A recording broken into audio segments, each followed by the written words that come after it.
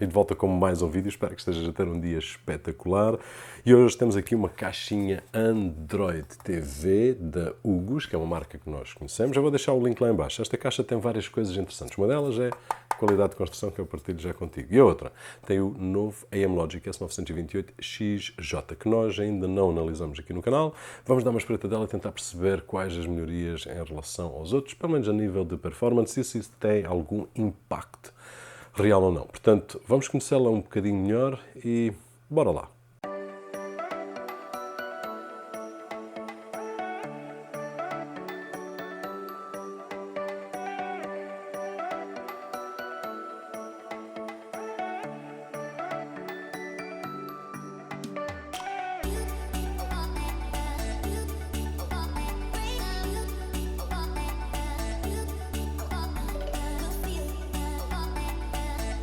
As caixas da Hugos que nós temos visto têm todas uma coisa em comum, ou quase todas, que é a qualidade de construção. Ela é toda metálica, está muito bem construída e isso, para além de lhe dar este aspecto mais premium, dá também um arrefecimento mais eficiente à máquina.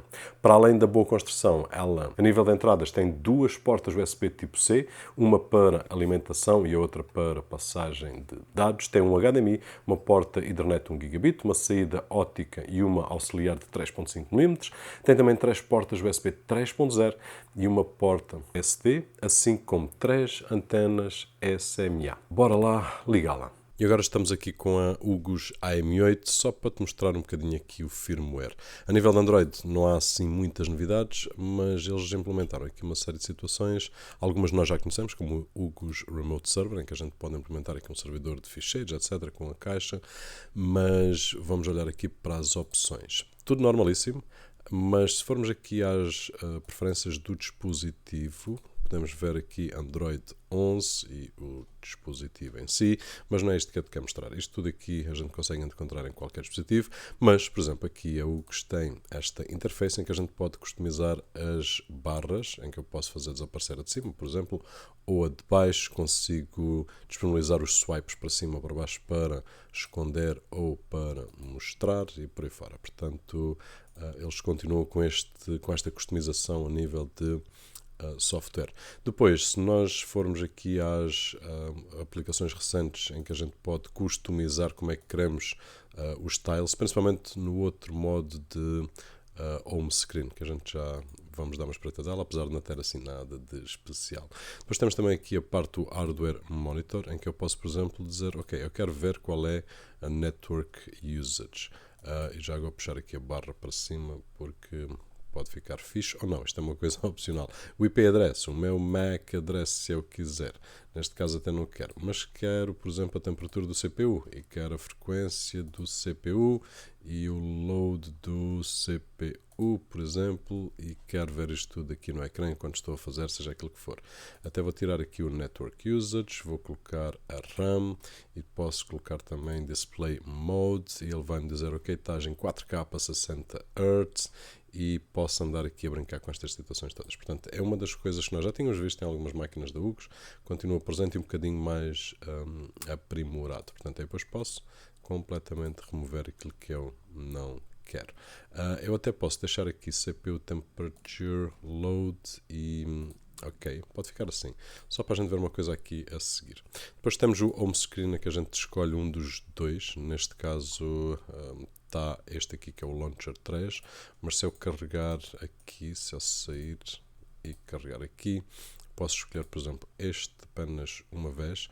E este basicamente é aquele básico em que a gente consegue adicionar os tais tiles que ainda agora estávamos a ver para personalizar qual é o espaço entre um e outro e por aí fora, que a gente consegue fazer aqui estas alterações. E depois, se eu me arrepender, posso vir aqui e simplesmente tirar. Mas olhando para o outro, que é aquele que em princípio a gente vai utilizar mais vezes, e vindo aqui às opções novamente, porque ainda há aqui uma coisita ou outra para te mostrar.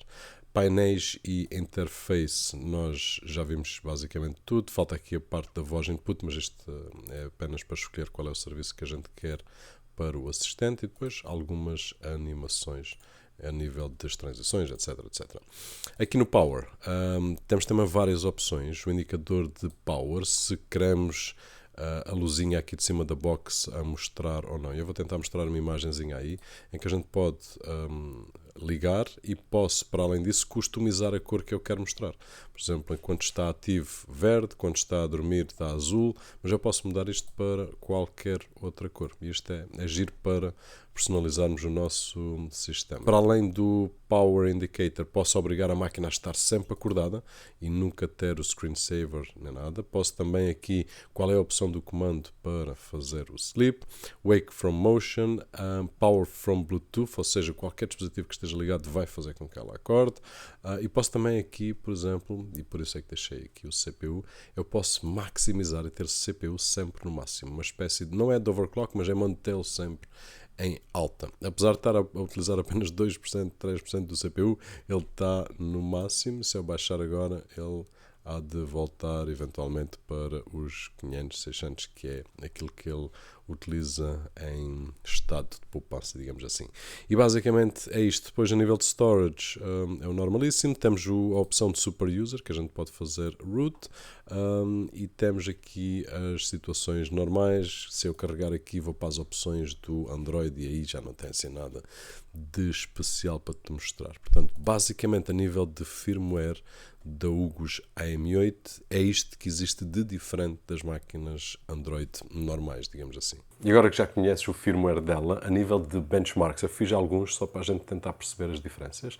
A nível de disk speed, ela vem equipada com um disco bastante rápido, estava-me ali a dar cerca de 670 megabytes por segundo em leitura e cerca de 170 em escrita, e isso nota-se quando nós estamos a abrir e a fechar aplicações. Eu já partilhei isto aqui contigo, a experiência é essa, e se tu já utilizaste qualquer dispositivo, seja Android ou seja outro dispositivo com outro sistema operativo, tu notas essa diferença do armazenamento mais lento ou do armazenamento mais rápido. E já sem falar em computadores e por aí fora, que também se nota, principalmente quando tu tens um disco mecânico e depois um SSD. Mas esses discos mecânicos é uma coisa que a gente não utiliza para arranque já há algum tempo. O Wi-Fi também está bem apetrechado, com o Wi-Fi 6, velocidades de 350 megabits por segundo de download e 150 de upload. Geekbench 5, porque não consegui instalar o 6, e por um lado, ainda bem, porque nós assim vamos conseguir comparar com outros números de outras máquinas, mas tu consegues ver aí que existe uma melhoria significativa em relação às outras gerações. Só para poderes também comparar, porque eu não te consigo dar números de Geekbench 6, em PC Mark teve cerca de 7.300 e aí vais conseguir comparar com máquinas mais atuais. Portanto, se andas à procura de uma máquina com Android puro e com o AM-Logic S928XJ, aquilo que podes esperar é que ela vai conseguir correr filmes sem stress nenhum. Nem precisas de um CPU assim. Eu fiz ali alguns testes em Jellyfin, também testei Kodi, Plex, MB e o comportamento é o mesmo. Portanto, sem stress nenhum a gente vai conseguir correr filmes 1080 MKV Blu-ray através da rede. E se for para esse intuito, então estás à vontade. Se for para jogos, também vais conseguir correr PUBG, não sei o que, vais conseguir também. Se calhar os gráficos vais ter que diminuir um bocadinho, mas vais conseguir sem stress nenhum.